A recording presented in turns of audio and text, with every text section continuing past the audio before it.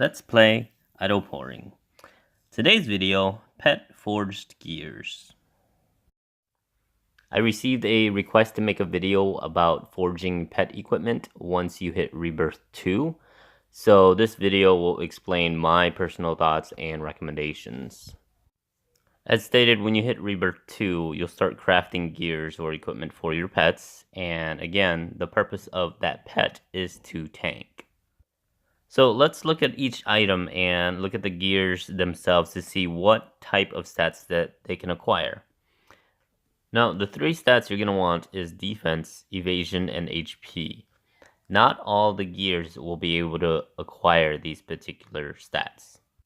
Now, if you had to prioritize what gears to get, you start with the helmet, the shield or protective scale, the gloves, the boots, the accessories, and then the 2 weapon slots.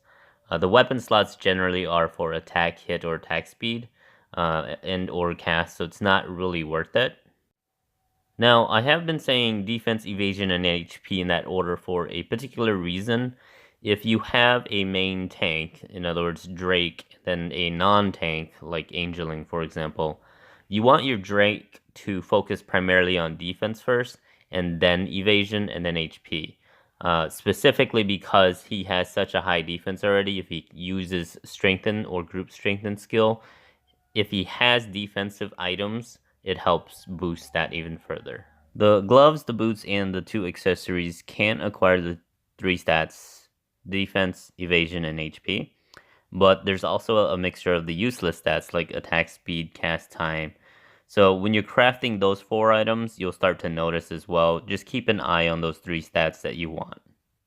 Now, when I look at evasion, it's RNG based. So if a boss misses you, that amount of HP that you would have lost is considered what you tanked, or, if you had defense, that's what you would have defended against during that boss fight. So it's inconsistent, but it's still helpful. Whereas if you focus primarily on defense, it's always consistent. Now, when you look at the crafting points or the smelting points, I always focus on the lower numbers, specifically because all of the stats are RNG, meaning they could be really good or they can be really bad, no matter what smelting points cost they are.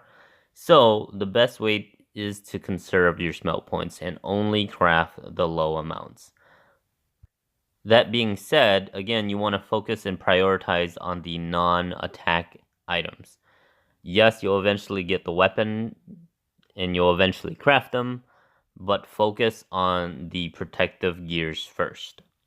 Now, another unique stat is the race percentage. So if you have Angeling, the stats of that gear will increase by that X amount of percentage. So when you finally hit Rebirth 2, you can go ahead and craft 8 items for your pet right off the bat. And again, focus on the low ones. And when you hit a wall, feel free to craft 1 at a time to see if you can pass. So to quickly summarize, you want to focus on defense, evasion, HP, and then the racial bonus. You want to focus on the helmet, the shield, the gloves and boots, the 2 accessories, and then the weapons. You also only want to smelt the lowest cost items in the shop. Lastly, if you click on an item in the shop, it compares it to your items. If you click identify and it shows you that same stat but it's lower than what you have equipped, don't forge that item. Just move on to the next one. I hope this helps you in terms of forging equipment, and I hope to see you in the next video. Thanks.